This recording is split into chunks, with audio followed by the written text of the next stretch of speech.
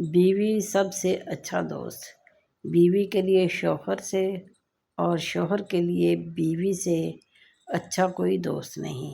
واحد ایسا دوست جو بہترین مشورہ دے گا، کیونکہ جو بھی ہو اچھے اور برے حالات کا سامنا دونوں کو مل کر کرنا پڑتا ہے، یہی دوستی ہے۔ دنیا کی سب سے بڑی دولت نیک بیوی۔ رسول اللہ صلی اللہ علیہ وآلہ وسلم نے ارشاد فرمایا، دنیا فائدہ اٹھانے کی چیز ہے اور دنیا میں سب سے زیادہ فائدہ دینے والی چیز نیک بیوی ہے۔ نیک بیوی کا طرز عمل، فرائض کا احساس، گھر کی ملکہ، شوہر کی اطاعت و آبرو کی حفاظت، شوہر کی رضا جوئی، شکر گزاری، احسان مندی، شوہر کے گھر بار اور مال کی حفاظت، صفائی اور سلیقہ شعاری ہے۔ نیک بیوی کا مقام، ایک حدیث شریف میں آپ صلی اللہ علیہ وآلہ وسلم کا ارشاد ہے کہ جو عورت اپنے شوہر کی تابعدار ہو، اس کے لیے پرندے ہوا میں استغفار کرتے ہیں اور مچھلیاں دریا میں استغفار کرتی ہیں اور فرشتے آسمانوں میں استغفار کرتے ہیں اور درندے جنگلوں میں استغفار کرتے ہیں۔ نیک بیوی کی خصوصیات، رسول خدا صلی اللہ علیہ وآلہ وسلم نے ارشاد فرمایا، ایک مسلمان مرد کے لیے اسلام قبول کرنے کے بعد نیک بیوی سے بڑھ کر اور کوئی بڑا فائدہ حاصل نہیں ہو سکتا۔ جب وہ اس کی طرف دیکھتا ہے تو اسے خوش کرتی ہے، جب حکم کرتا ہے تو اطاعت کرتی ہے، اور جب وہ دور چلا جاتا ہے تو اس کے مال اور اپنے نفس کی حفاظت کرتی ہے۔ بد زبان بیوی، بے دین عورت کی زبان وہ تلوار ہے جو کبھی زنگ آلود نہیں ہوتی۔ بد زبان بیوی اپنے شوہر کو قبر تک پہنچانے کے لیے گھوڑے کی ڈاک کا کام کرتی ہے۔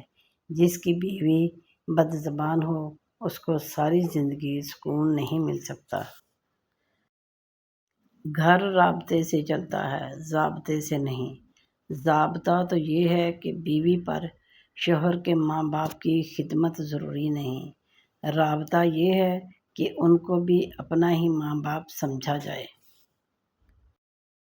شوہر کی سچی محبت، اللہ کی عبادت کے بعد روح کو چین دینے والی اگر کوئی چیز ہے تو وہ شوہر اور بیوی کی سچی محبت ہے، اور شوہر کو چاہیے کہ ہر لمحہ اپنی بیوی کو محبت کا احساس دلائے تاکہ شوہر کی محبت سے بیوی ہر لمحہ سنور جائے۔ بیوی کا اعتماد، بیوی جب اپنے مسائل شوہر کو بتاتی ہے تو اس کا یہ مطلب نہیں ہوتا کہ وہ شکایت کر رہی ہے، بلکہ وہ آپ پر اعتماد کرتی ہے۔ شوہر کے دل کو اپنی طرف مائل کرنے کے لیے سب سے بڑھ کر خوبی خدمت اور عاجزی ہے، لہٰذا عورت کو اپنے شوہر کی خدمت کرنی چاہیے اور اس کے ساتھ عاجزی سے پیش آنا چاہیے۔ اس سے شوہر کے دل میں محبت بڑھتی ہے اور عورت کو بھی اطمینان نصیب ہوتا ہے۔ فرما بردار عورت ہی شوہر کے دل کو جیت سکتی ہے۔ دنیا کی بہترین عورت، رسول اللہ صلی اللہ علیہ وآلہ وسلم سے پوچھا گیا، کون سی عورت بہتر ہے؟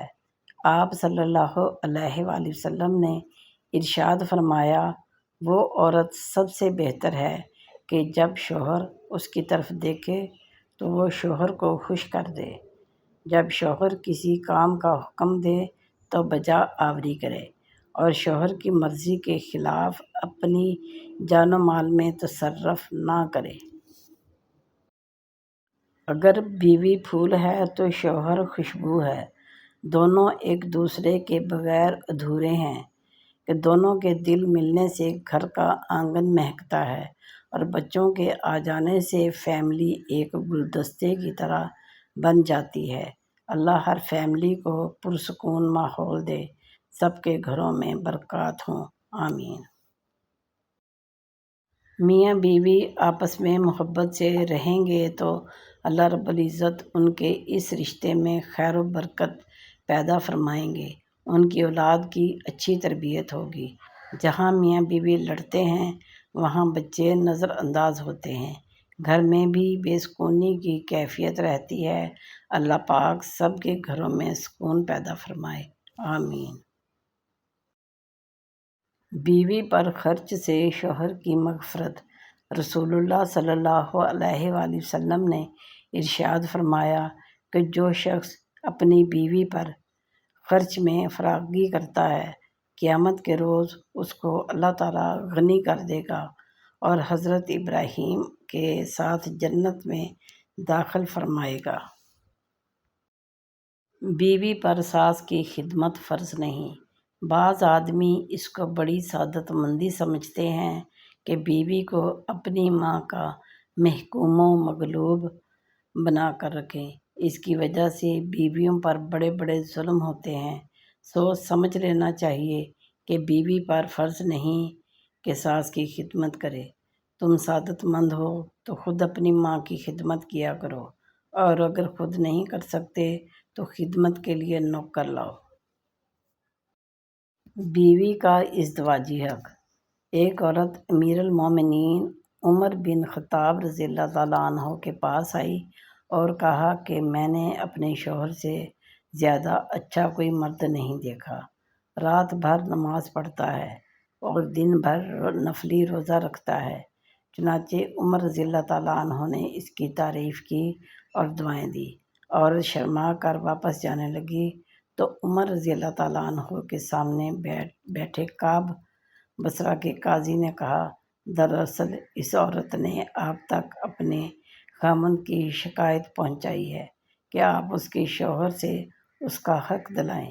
حضرت عمر رضی اللہ تعالیٰ عنہ نے بات کی تہہ تک پہنچتے ہوئے کعب رضی اللہ تعالیٰ عنہ سے ہی فیصلہ کرنے کا کہا تو انہوں نے کہا کہ اس کے شوہر کو اگر نفلی عبادت کا شوق ہے تو 3 دن نفلی عبادت کے لیے رکھے اور 1 دن اور رات اس پر اس کی بیوی کا حق ہوگا۔ عمر رضی اللہ تعالیٰ عنہ اس فیصلے سے بہت خوش ہوئے اور ان کو بصرہ کا قاضی مقرر فرما دیا۔ میرے پیارے عزیز بہن بھائیوں، آپ کو آج کی ویڈیو کیسی لگی؟